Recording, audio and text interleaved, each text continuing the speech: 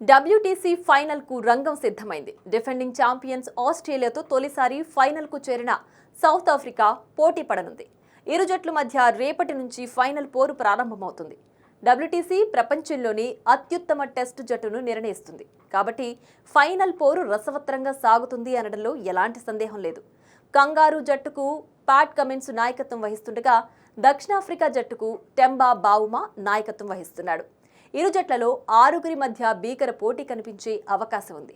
దక్షిణాఫ్రికా తరపున అత్యధిక వికెట్లు తీసిన కగిసో రబాడా, ఆస్ట్రేలియా తరపున అత్యధిక పరుగులు సాధించిన ఉస్మాన్ ఖవాజాను త్వరగా అవుట్ చేసే పనిలో ఉన్నాడు. ఈ ఇద్దరు ఆటగాళ్లు టెస్ట్ ఇన్నింగ్స్లలో మొత్తం 14 సార్లు తలపడ్డారు. ఇందులో రబాడా 5 సార్లు ఖవాజాను అవుట్ చేశాడు. ఇక దక్షిణాఫ్రికా కెప్టెన్ టెంబా బావుమా ఆస్ట్రేలియా దిగ్గజ ఆఫ్ స్పిన్నర్ నాథన్ లినియాన్ విషయంలో చాలా జాగ్రత్తగా ఉండాలి. బావుమా 2023-25 డబ్ల్యూటీసీ సైకిల్లో మొదటి 6 టెస్టుల్లో ఆడకపోయినప్పటికీ 609 పరుగులు చేశాడు. నాథన్ 12 టెస్ట్ ఇన్నింగ్స్లలో 4 సార్లు బావుమాను అవుట్ చేశాడు. దీంతో మరోసారి వాళ్ళిద్దరి మధ్య భీకర పోటీ కనిపించే అవకాశం ఉంది. మరోవైపు దక్షిణాఫ్రికా ఎడమ చేతి వాటం సీమర్ మార్కో జాన్సస్, ఆస్ట్రేలియా మాజీ కెప్టెన్ స్టీవ్ స్మిత్ మధ్య అదే స్థాయిలో పోటీ కనిపించనుంది. టెస్టుల్లో స్మిత్ ప్రదర్శన ఎలా ఉంటుందో అందరికీ తెలిసిందే.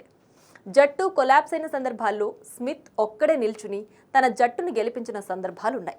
అయితే ఈ డబ్ల్యూటీసీ సైకిల్లో మార్కో జాన్సస్ మొత్తం 29 వికెట్లు పడగొట్టాడు. సో వీళ్ళిద్దరి మధ్య మరోసారి బిగ్ ఫైట్ చూడొచ్చు. ఏదేమైనా ఈసారి డబ్ల్యూటీసీ ఫైనల్లో సౌత్ ఆఫ్రికా గెలిస్తే చూడాలని ఫ్యాన్స్ కోరుకుంటున్నారు.